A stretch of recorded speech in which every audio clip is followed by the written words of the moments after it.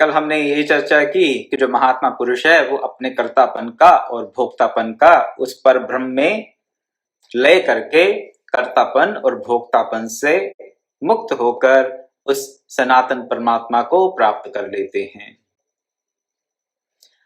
आज सनुजा जी क्या कह रहे हैं? कह रहे हैं कोई भी मन के समान वेग वाला ही क्यों ना हो और 10 लाख भी पंख लगाकर क्यों ना उड़े, अंत में उसे हृदय स्थित परमात्मा में आना ही पड़ेगा। हृदय स्थित परमात्मा को जाने बगैर पूरे विश्व का, पूरे ब्रह्मांड का भ्रमण करके कर लें तो भी बात नहीं बनेगी। अंत में कहाँ आना पड़ेगा? हृदय स्थित परमात्मा में आना ही पड़ेगा। हृदय स्थित परमात्मा का हमें शरण, उनकी अनुग्रह की आवश्यकता रहेगी। उसके बिना बात नहीं बनेगी। हृदय स्थित परमात्मा, इसकी चर्चा हम पहले भी कर चुके हैं। ईश्वर सर्वभूतानां हृद्देशे अर्जुन तिष्ठति, 18वें अध्याय का 61वां श्लोक और 15वें अध्याय का 15वां श्लोक श्रीमद् भगवद गीता का, सर्वस्य चाहम हृदि सन्निविष्टः, मैं संपूर्ण प्राणियों के हृदय में स्थित हूं। और भी कई जगह कहा है उन्होंने ये बात तो कि मैं सबके हृदय में स्थित हूं। और ये जो हृदय में स्थित परमात्मा है, अंगुष्ठ मात्र जिसके लिए कहा गया श्रुति में, यहाँ संसुजात पर्व में भी, उसकी शरण हमें लेनी ही पड़ेगी। मन को चाहे जहां मर्जी घुमा लें, मन के समान वेग वाले हम हो जाएं, 10 लाख पंख मिल जाएं, यानी कि हमारी अगर आबाद गति भी हो जाए, जहां भी हम चाहे वहां पहुंच जाएं 1 सेकंड में, ऐसा पहुंच समझ लीजिए, तो भी कहीं भी जाकर किसी भी प्रकार का अनुभव करके जब तक हम अब अंत में हृदय स्थित परमात्मा की शरण में नहीं आते, तब तक कल्याण नहीं हो सकता। तो अपने अंतर बैठे परमात्मा को हम जाने ही जाने, लेकिन कैसे जाने? कौन जान सकता है? क्या सब जान लेंगे? जी ठीक है, प्रयास करना पड़ेगा तभी जानेंगे। तो क्या प्रयास करने से सब जान लेंगे? प्रयास करने से सब जान लेंगे? गीता जी में फिर क्या लिखा, क्या कहा वहां पर भगवान ने? विमूढ़ा नानुपश्यन्ति पश्यन्ति ज्ञान चक्षुषा, 15वें अध्याय का ही 10वां श्लोक है। उत्क्रामंतम स्थितम वापि भुंजानम व गुणान्वितम विमूढ़ा नानुपश्यन्ति पश्यन्ति ज्ञान चक्षुषा। विमूढ़ जो हैं, जिनकी बुद्धि हर ली गई है विषयों के द्वारा, प्रमादी हैं जो प्रमाद के कारण जो स्थिर चित्त नहीं है, जो सजग नहीं है, वो इस परमात्मा तत्व को, इस आत्म तत्व को नहीं देख सकते। तो कौन देख सकता है? जिनके ज्ञान चक्षु हैं। विमूढ़ा नानुपश्यन्ति पश्यन्ति ज्ञान चक्षुषा, ज्ञान चक्षु चाहिए। अब वो कहां से मिले? ये भी बात आ जाती है। अंतःकरण जिनका विशुद्ध है वही इसे देख पाते हैं। सनुसुजात जी कह रहे हैं, पश्यन्ति चैनम सुविशुद्ध सत्वाः, कौन देख पाता है? जो कि शुद्ध हैं, अंतःकरण जिनका शुद्ध है। शुद्ध अंतःकरण का अभिप्राय कौन से डिटर्जेंट से अंतःकरण को धोना है? नहीं, कपड़े नहीं है कि शुद्धता के लिए पानी से, जल से और किसी साबुन इत्यादि से शुद्धता हो जाएगी। नहीं, विषयों में आसक्ति यही मल है, विषयों से विरक्ति यही शुद्धता है। विषयों से विरक्ति होगी, अंतःकरण अपने आप निर्मल हो जाएगा। भोक्तापन और कर्तापन का अगर हम लय कर देंगे उस परमात्मा तत्व में, अंतःकरण निर्मल हो जाएगा। और उनको क्या कहा? इन निर्मल अंतःकरण वाले व्यक्तियों को कहा गीता के 15वें अध्याय के 11वें श्लोक में, यतन्तो अपकृतात्मान नैनम पश्यन्त चेतसः यतन्तो योगिनश्चैनम पश्यन्त आत्मनवस्थितम। जो योगी हैं, जिनका अंतःकरण शुद्ध है, वो तो उस आत्म तत्व का दर्शन कर लेते हैं। लेकिन जो अकृत हैं, अकृत का अभिप्राय जिनका अभी अंतःकरण शुद्ध नहीं है, जो अभी उस शुद्ध अवस्था में प्राप्त नहीं है, उनके लिए इस आत्म तत्व का दर्शन हृदय अर्जुन तिष्ठति ईश्वर सर्वभूतानां, अंदर बैठे हुए इस आत्म तत्व का दर्शन उनके लिए संभव नहीं है। सीधा सीधा लिख रहे हैं, प्रयत्न करते रहें, लेकिन जब तक अपने अंतःकरण की शुद्धि का प्रयत्न नहीं करेंगे तो जहां मर्जी ढूंढते रहें, जिस मर्जी हम चले जाएं, साधक के पास, ज्ञानी के पास, परम भागवत के पास, फल नहीं मिलेगा।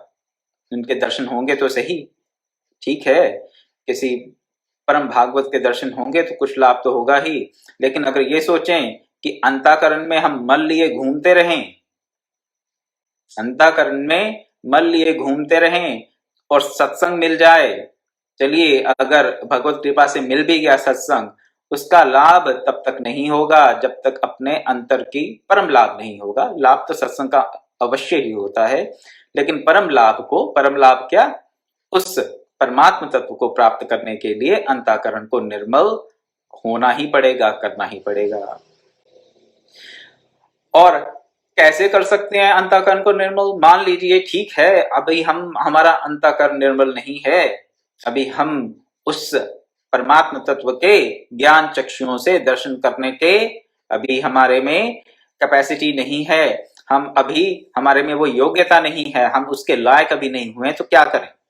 उसके लिए बता रहे हैं, जो सबके हितैषी हैं और मन को वश में करने वाले हैं, जिनके मन में कभी दुख नहीं होता और जो संसार के सब संबंधों का सर्वथा त्याग कर देते हैं, वो मुक्त हो जाते हैं, वो उस परमात्मा सत्ता को, उस सनातन परमात्मा को प्राप्त कर लेते हैं। तो सबसे ज्यादा बातें नहीं भी अगर ज्यादा कॉम्प्लिकेटेड लग रहा है तो एक ही बात अपना लें, क्या? सबका हित सोचें, सबका हित सोचें। मित्र, शत्रु, उदासीन, 3 कैटेगरीज में लोग आ जाते हैं जनरली। हमारे जान पहचान वाले सबका हित, किसका हित सोचेंगे? जो हमारे संपर्क में आएगा, जिसकी सत्ता का हमें ज्ञान होगा, उसी के हित के बारे में सोचेंगे ना। तो जिनको हम जानते हैं, उनको हम 3 कैटेगरीज में, 3 भागों में विभक्त कर सकते हैं। हमारे शत्रु, हमारे हितैषी जो हैं, हमारा जो अच्छा चाहते हैं, ऐसा समझ लीजिए, कोई भी हो, माता पिता, भाई बंधु, भगिनी स्त्री, पुत्र पुत्री, सखा, हृद, तो ये जो भी लोग हैं जो हमारे हितैषी हैं, वो एक कैटेगरी हो गई।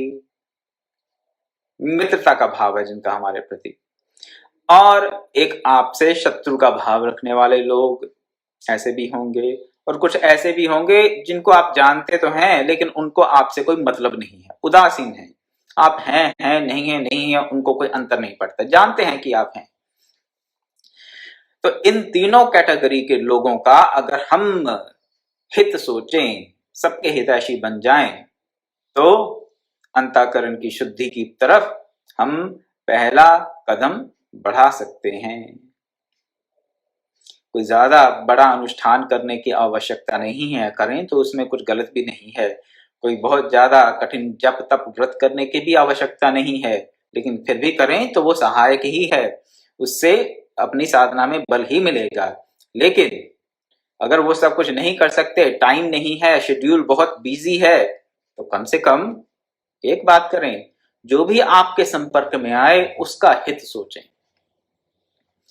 जो भी आपके हित में आए, शत्रु, मित्र, उदासीन, शरणागत हो, कोई भी हो, आपसे बड़ा, आपके आयु का, आपसे छोटा, उसके प्रति आपका भाव कैसा हो। संत लोग एक बात कहते हैं, क्या कहते हैं कि अगर हम सबके हितैषी होना चाहते हैं तो कैसा भाव होना चाहिए? भाव ऐसा होना चाहिए सबके प्रति जैसे कि एक पिता का या माता का पुत्र या पुत्री के प्रति होता है। एक माता या पिता जैसे अपने पुत्र या पुत्री का सदैव ही हित सोचते हैं, वैसा ही भाव हमारा प्राणी मात्र के प्रति हो। अगर ऐसा भाव हमारा बन जाए तो हम सबके हितैषी हो सकते हैं। इसके लिए स्वार्थ त्यागना पड़ेगा। जब स्वार्थ मन में आ जाता है, अपना हित मन में आ जाएगा, तो फिर दूसरे का हित पूरी तरीके से नहीं सोच सकते। ऐसा नहीं कि दूसरे का हित करें, आवश्यक नहीं है, लेकिन हाँ, अपने स्वार्थ के चलते लोग दूसरों का अहित कर देते हैं, यही कारण रहता है दूसरे के हित का। तो कोई यहाँ से कोई वो जन्मजात शत्रुता लेके तो कोई आता नहीं है, हो भी तो किसी को याद नहीं। तो ये दूसरे का अहित क्यों करते हैं? अपने स्वार्थ के चलते। तो अगर स्वार्थ का त्याग करें तो फिर दूसरे का हित, सबका हित, जी माता जी सर्वभूत हिते रता की भावना आए तो फिर क्या होगा? उससे अंतःकरण शुद्ध हो सकता है। उसका प्रैक्टिस करते रहें, उसका अभ्यास हो जाए अच्छे से। वैसी स्थिति अगर हो जाए हमारी, सबके प्रति, पिता का पुत्र के प्रति जैसा सद्भाव रहता है हमारे हृदय में, प्राणी मात्र के लिए, केवल मनुष्यों की बात नहीं कर रहे, यहां पर प्राणी मात्र के लिए ऐसा भाव हमारे मन में हो, तो फिर अंतःकरण की शुद्धि होगी ही। अंतःकरण की शुद्धि होगी तो उस परमात्म तत्व को हम प्राप्त करेंगे ही करेंगे, इसमें कोई संशय नहीं है। लेकिन अगर अपना स्वार्थ बीच में आता रहा, अपना हित दूसरे के हित से ज्यादा इंपॉर्टेंट लगता रहा, फिर गड़बड़ हो जाती है, वहीं पे गड़बड़ होती है। और ये केवल एक व्यक्ति की ही बात नहीं है। अगर हम पूरे के पूरे समाज को देखें, एक राष्ट्र को देख लें, एक राष्ट्र दूसरे राष्ट्र पर आक्रमण कर देता है, क्यों?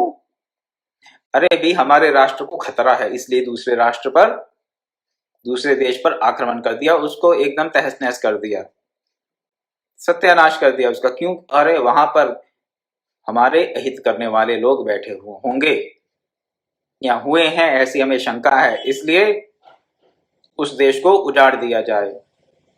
और अगर आप उनसे कहें क्यों कर रहे हैं आप ये सब, वो कहेंगे हम तो अपने हित के लिए, अपनी राष्ट्र के हित में काम कर रहे हैं, बस राष्ट्र हित सर्वोपरि है हमारे लिए, हमारे राष्ट्र में रहने वाले जो नागरिक हैं उनका हित सर्वोपरि है, इसलिए हम उसके लिए दूसरे राष्ट्र का सत्यानाश होता है तो कर देते हैं।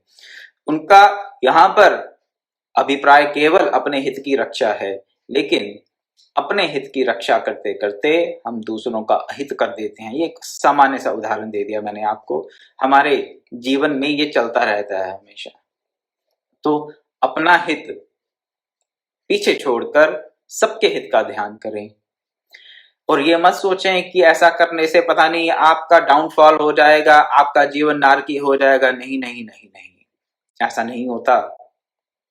ये मैं आपको कॉन्फिडेंस के साथ, प्रण के साथ कह सकता हूं, ऐसा नहीं होता। शास्त्र विहित है, अनुभव गम्य है, और मैंने गुरुमुख से भी ये सुना है। परम पूज्य गुरुदेव ब्रह्मऋषि विश्वात्मा बावरा जी की शब्दों में, जो केवल अपना हित सोचता है, वो अपना हित सोचने वाला अकेला होता है, और सारी आयु, अपनी सारी जिंदगी, सारी उम्र अपना हित सोचते सोचते भी वो अपना हित कर नहीं पाता।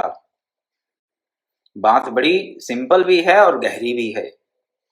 फिर से कहता हूं एक बार, जो अपना हित करना चाहता है, केवल अपना हित करना चाहता है, वो पूरी आयु अपने हित का चिंतन करते हुए भी अपना हित कर नहीं पाता, और वह अपने हित के बारे में सोचने वाला अकेला होता है। परंतु एक व्यक्ति जो अपने हित के बारे में ना सोचते हुए सभी के हित के बारे में, समाज के हित के बारे में, राष्ट्र के, विश्व के हित के बारे में सोचता है, प्राणी मात्र के हित के बारे में सोचता है, उसके हित की रक्षा करने वाले हजारों लोग उसके साथ आ जाते हैं। और वो व्यक्ति अपने हित की चिंता नहीं करता, लेकिन क्योंकि वो सबके हित की चिंता करता है, उसके हित की चिंता करने वाले हजारों लोग उसके साथ खड़े हो जाते हैं। ये हमने इतिहास में बार बार देखा है, शास्त्र ने कहा है, अनुभव गम्य है, आप इसको अनुभव कर सकते हैं अपने जीवन में, और मैंने गुरुमुख से भी सुना है। तो सबके हितैषी हैं जो उनका मन वश में होगा ही होगा। सबका हित, जिसके लिए सबका हित सर्वोपरि है, उसका अपना मन स्वतः वश में हो जाएगा। ये एक प्रकार का मूल मंत्र है जीवन जीने के लिए। मुझे भी जब मैं इस विरक्त मार्ग पर पहला कदम रखा, एक संत मुझे मिले, मैंने उनसे पूछा कि बताइए मेरे लिए क्या आज्ञा है, कोई शिक्षा दीजिए, मैं इस मार्ग पर नया नया निकला हूं अभी। तो उन्होंने मुझे एक ही बात कही, गुरुजी तो सशरीर तब थे नहीं, उन्होंने मुझे एक ही बात कही। क्या बात कही? कहते अपने आप को भूल जाओ। उन्होंने तो मुझे इंग्लिश में कहा, क्या दो शब्द के, फॉरगेट योरसेल्फ, अपने आप को भूल जाओ। मैंने कहा अपने आप को भूल जाए? हाँ, कहते अपने आप को भूल जाओ, बस एक ही बात की उन्होंने, दो शब्द कहे गिनकर, फॉरगेट योरसेल्फ, अपने आप को भूल गए। अगर अपने आप को ही भूल गए तो फिर क्या अपने हित अहित का वो तो भूल ही जाएंगे। जिसको कि यहाँ पर संत सुजात जी ने कैसे कह दिया कि जिसने अपने अहम भाव को परमात्मा तत्व में लीन कर दिया है, उसी को उन संत ने मुझे शिक्षा देने के लिए कह दिया, अपने आप को भूल जाओ। भूलने का क्या अर्थ हुआ कि हाँ, आप मैं नहीं हूं, बस तू ही तू है, बस। फिर सर्वभूत हितेरता की ये जो मूल मंत्र है, वो जीवन में अपने आप अगर इसको अपना लेते हैं जीवन में अच्छे रूप से, तो ये सर्वभूत हितेरता को अपनाकर जीवन में परमात्मा तत्व के दर्शन आपको करने के लिए इधर उधर देखना नहीं पड़ेगा। परमात्मा खुद आपको आके दर्शन देगा। आपको परमात्मा के पीछे भागना नहीं पड़ेगा, परमात्मा आपके पीछे पीछे भागेगा। अगर हम सर्वभूत हितेरता, सबके हितैषी हो जाएं, without any partiality, without any differentiation, तो इस मूल मंत्र के साथ हम अपनी स्थिति उस परमात्मा तत्व में कर सकते हैं। संतों ने, ऋषियों ने, मुनियों ने, तत्वदृष्टाओं ने किया है, करते आए हैं और आगे भी करेंगे। और अगर उन्होंने किया है तो हम भी कर सकते हैं। ऐसा नहीं कि उनके पास कुछ अलग से फैसिलिटीज थी, उनके भी इंद्रियां हमारे जैसी ही थी, मन, बुद्धि, चित्त, अहंकार, भगवान ने उनको भी वैसा दे रखा था जैसे हमको दे रखा है। आवश्यकता है केवल उसका हम सही प्रयोग करें। आगे कहते हैं, आगे दुष्ट व्यक्तियों के चरित्र का थोड़ा सा वर्णन कर रहे हैं यहाँ पर संत सुजात जी। क्या कहते हैं? जैसे सांप बिलों का आश्रय ले अपने को छिपाए रहते हैं। सांप क्या करते हैं? अगर उनके पीछे कोई दौड़े तो बिल में घुस जाएंगे। लाठी लेकर कोई दौड़ेगा सांप के पीछे तो सांप जो है बिल में घुस जाएगा।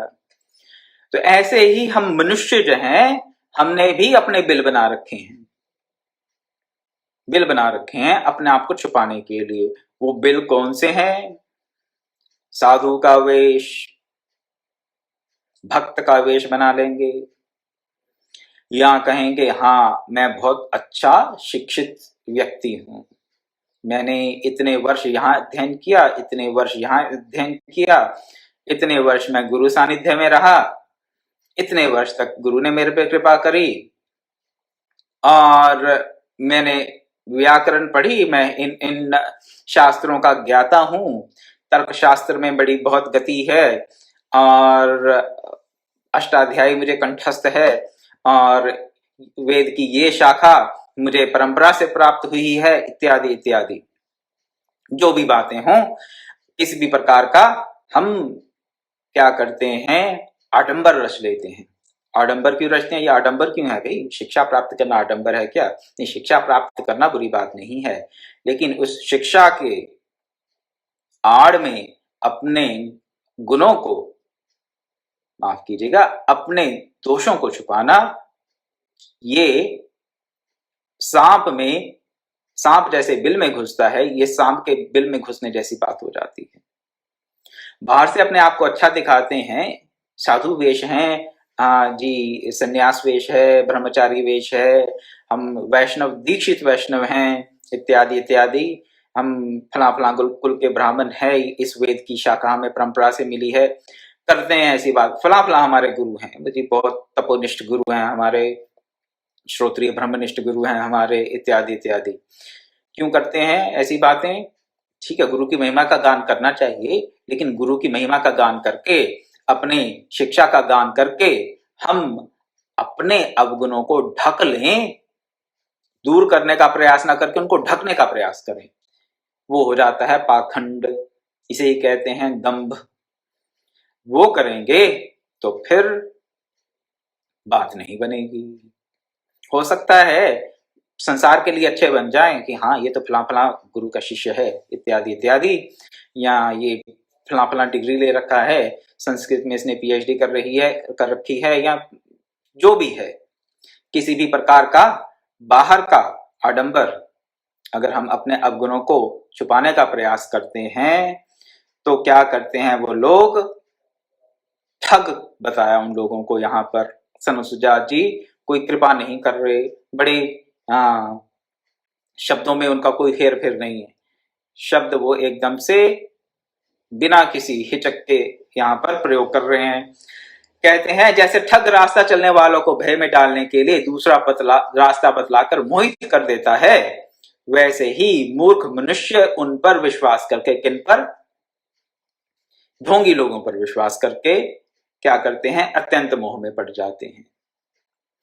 कई बार ऐसे लोग मिल जाते हैं, साधना में रत थे कुछ लोग और भक्ति के मार्ग पर अग्रसर हो रहे थे और किसी गुरु की शरण में थे, किसी गुरु से दीक्षित थे, बाद में उनको पता चलता है कि ओहो गुरु ऐसे वैसे जैसा भी, और उनकी आस्था छूट जाती है उस मार्ग से, उस गुरु से, क्योंकि वो अत्यंत मोह में पड़कर ऐसे किसी ढोंगी की शरण को अपना लेते हैं। होता क्यों है ये? अपनी समझ की कमी के कारण होता है। और परमात्मा के मार्ग पर चलने वाले लोग तो हैं, लेकिन जिन पर प्रभु की कृपा रहती है, कहते हैं आगे, किंतु योगी जन भगवत कृपा से उनके फंदे में ना आकर उस सनातन परमात्मा का साक्षात्कार करते ही हैं। तो ढोंगी तो हमें मिलेंगे ही, संसार में ढोंगियों की कमी नहीं है, ढोंगी तो मिलेंगे ही। हमें मार्ग से च्युत करने के लिए, अपने साधना के मार्ग से भटकाने के लिए लोग कई प्रकार की बातें करके हमें उसे हटाने का प्रयास करेंगे कि ये क्या करते रहते हो, 2 घंटे इधर बैठ गए, 2 घंटे बैठ के जप कर लिया, ऐसे हाथ में माला पकड़ने से क्या भगवान मिल जाते हैं? ऐसा लोग बोल देते हैं। हाथ में बैठ के राम राम करने से क्या भगवान मिल जाते हैं? क्या भगवान ने आज तक किसी को आके कहा कि मेरा माला पकड़ के मेरा नाम जपो? ऐसी बात करेंगे। कुछ लोग ऐसी बात करेंगे, अच्छा आप अच्छा इस इष्ट देव की उपासना करते हैं, लेकिन अगर आप इसकी करेंगे तो आपको ऐसा ऐसा लाभ होगा। ये जो इष्ट देव हैं ये सुपीरियर हैं और आपके जो इष्ट देव हैं ये इंफीरियर हैं। भांति भांति के महापातकों जैसी बातें करते हैं लोग। कौन? जो कि दंभ को अपनाए हुए हैं। जो तत्व को समझते हैं वो ऐसी बातें कभी नहीं करेंगे। तत्व को समझने वाले, उस परमात्मा तत्व को प्राप्त परमात्मा में स्थित लोग कभी ऐसे भक्तजन, सच्चे भक्त ऐसी बात नहीं करेंगे। लेकिन ढोंगी लोगों के पास दूसरों को बहकाने के लिए, अपने मार्ग से हटाने के लिए बहुत से रास्ते रहते हैं। लेकिन हमें क्या करना चाहिए? देखिए, अगर हमें अभी इतनी बुद्धि नहीं है कि समझ पाए कि कौन ढोंगी है और कौन नहीं, तो क्या सब पे अविश्वास कर लें? नहीं नहीं, ऐसी बात नहीं है। परमात्मा से प्रार्थना करें, परमात्मा की शरण लें कि हमें ढोंगियों से बचाएं और हमें सन्मार्ग पर लगाए रखें। अगर परमात्मा से ऐसा अगर हम उनसे प्रार्थना करते रहेंगे, ऐसी याचना करते रहेंगे, तो कभी भी ढोंगियों के चक्कर में नहीं फंसेंगे। लेकिन अगर अपनी बुद्धि लगाएंगे कि हाँ, बुद्धि कैसे लगाते हैं, लोभ में फंस जाते हैं कई बार, जैसा कि प्रताप भानु के साथ हुआ। रामचरितमानस में प्रताप भानु को एक साधु मिलता है जंगल में। संक्षेप में बता रहा हूं, काफी लोग तो जानते ही होंगे, जो नहीं जानते उनके लिए। प्रताप भानु नाम के एक राजा को जंगल में एक साधु मिलता है। साधु मिलता है तो उसको लगता है कि ये तो परम तपस्वी साधु है, और साधु भी भांति भांति की बातें बनाता है। और प्रताप भानु उससे बड़ा इंप्रेस हो जाता है कि तुम ही मेरे, आप ही मेरे गुरु हो, आप ही की कृपा से मेरा कल्याण होने वाला है। प्रताप भानु उस ढोंगी साधु से क्यों इंप्रेस होता है? उसके मन में लोभ आ जाता है। क्या लोभ होता है? कि ये साधु अगर मुझे आशीर्वाद देंगे तो मैं कल्पों तक, हजारों वर्षों तक नहीं, सदियों तक नहीं, कुछ सहस्राब्दियों तक नहीं, कल्पों तक इस पृथ्वी का निष्कंटक राज्य कर पाऊंगा। ऐसा लोभ आ जाता है। तो जब भी हम किसी ढोंगी की बातों में फंसते हैं तो लोभ के कारण फंसते हैं। तो इस अध्यात्म के मार्ग पर किसी भी प्रकार का लोभ मन में ना रखें। लोभ रहेगा कि इन गुरुजी से आशीर्वाद मिलेगा तो पता नहीं हम क्या, हाँ आज अगर हम 100 कमा रहे हैं तो गुरुजी के आशीर्वाद से कल 500 कमाएंगे, तो फिर फंसेंगे ही फंसेंगे। तो ढोंगियों को आप उन पर, हाँ, दोषारोपण करने से, उनका तिरस्कार करने से हमें कुछ प्राप्त नहीं होने वाला। अगर हमने सही में साधना करनी है, अगर सही में सन्मार्ग पे चलना है, सही में इसी जीवन में उस परमात्मा तत्व को, भगवत प्राप्ति करनी है, उस परमात्मा तत्व को प्राप्त करना है, उस सनातन परमात्मा में अवस्थित होना है, तो क्या करें? भगवत मार्ग पर, इस साधना के मार्ग पर किसी भी प्रकार का लोभ मन में ना रखें। और ये मेरी गारंटी है आपको, गारंटी 101% गारंटी है कि चाहे आपको हजारों ढोंगी मिले जीवन में, आप किसी की बात में नहीं फंसेंगे अगर आपके मन में लोभ नहीं है तो। गारंटी के साथ, किस बात की गारंटी दूं? मेरे पास कुछ है तो नहीं, लेकिन हाँ कि कुछ आपको कह दूं कि हाँ अगर ऐसा हो जाए तो ऐसा। लेकिन प्रमाणित बात है कि अगर आपके मन में लोभ नहीं है तो आप किसी ढोंगी की बात में कभी नहीं फंसेंगे। और जब कभी भी कोई किसी ढोंगी की बात में फंस जाता है और साधना से च्युत हो जाता है, किसी ना किसी लोभ के कारण ही होता है। एक और उदाहरण दूंगा, उसके बाद आज की कथा को विराम दूंगा। मेरा प्रयास संसुजात पर्व को आज समाप्त करने का, लगता है संसुजात जी को पसंद नहीं आया, उनकी आज्ञा नहीं हुई, तो इसको देखिए, जब उनकी आज्ञा होगी तभी इसका समापन होगा। हनुमान जी को भी काल नेमी मिलते हैं, हनुमान जी भी उनको साधु समझकर प्रणाम करते हैं, लेकिन हनुमान जी के मन में कोई लोभ नहीं है। वो प्रताप भानु की तरह उस ढोंगी कपटी साधु की बातों में नहीं आते। क्या होता है, जो एक शुद्ध हृदय का सच्चा जो भक्त है, उसको भगवान किसी ना किसी रूप में आकर चेता देते हैं, वार्निंग दे देते हैं, यहां से दूर हट जाओ, किसी ना किसी रूप में आकर। लेकिन वो होगा कब? जब हमारे मन में लोभ नहीं है। तो वो एक तनु नाम का साधु हो या ये काल नेमी हो, आपका कुछ नहीं बिगाड़ सकते। इसलिए दूसरों पे दोषारोपण ना करें। कई बार ऐसे व्यक्ति मिल जाते हैं, दुखी होते हैं, उनको देखकर हमें भी बहुत ग्लानि होती है कि वर्षों वर्षों कई लोगों ने कुछ ऐसे ढोंगियों के चक्करों में फंसकर उनको लगता है कि उन्होंने अपने जीवन का सर्वनाश कर दिया। लेकिन किसी को दोष देने का कोई लाभ नहीं है। हमें अपनी तरफ देखना है, अपने मन को शुद्ध रखें, पवित्र रखें, तो हनुमान जी की तरह किसी ग्रह के रूप में अप्सरा आ जाएगी, कोई और आ जाएगा, कोई और दैवी शक्ति आकर हमें बता देगी कि हमें क्या करना चाहिए, क्या नहीं करना चाहिए, कौन ढोंगी है, कौन नहीं है। इसी को ही भगवान ने बुद्धि योग कहा गीता की भाषा में, बुद्धि योग। क्या भगवान बुद्धि दे देते हैं। कब देते हैं? जब तेषाम सतत युक्तानाम भजताम प्रीतिपूर्वकम, सतत भजन करें, प्रीतिपूर्वक करें, किसी लोभ से नहीं, लोभ नहीं है मन में। और सतत अगर हम प्रीतिपूर्वक भगवान का भजन करते हैं तो कोई ढोंगी किसी भी प्रकार का हमारी साधना में बाधा या प्रत्यु उपस्थित नहीं कर सकता। कल मिलेंगे फिर 5:30 बजे और आगे चर्चा करेंगे सनुसजात जी अपने बारे में क्या कह रहे हैं और परमात्मा के बारे में क्या कह रहे हैं। कुछ बहुत अच्छी अच्छी बातें बता रहे हैं आगे भी, लेकिन उनकी चर्चा कल करेंगे।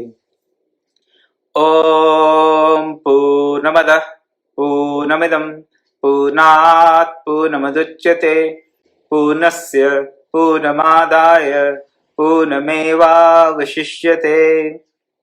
ओम शांति शांति शांति। हरि ओम तत्सत्।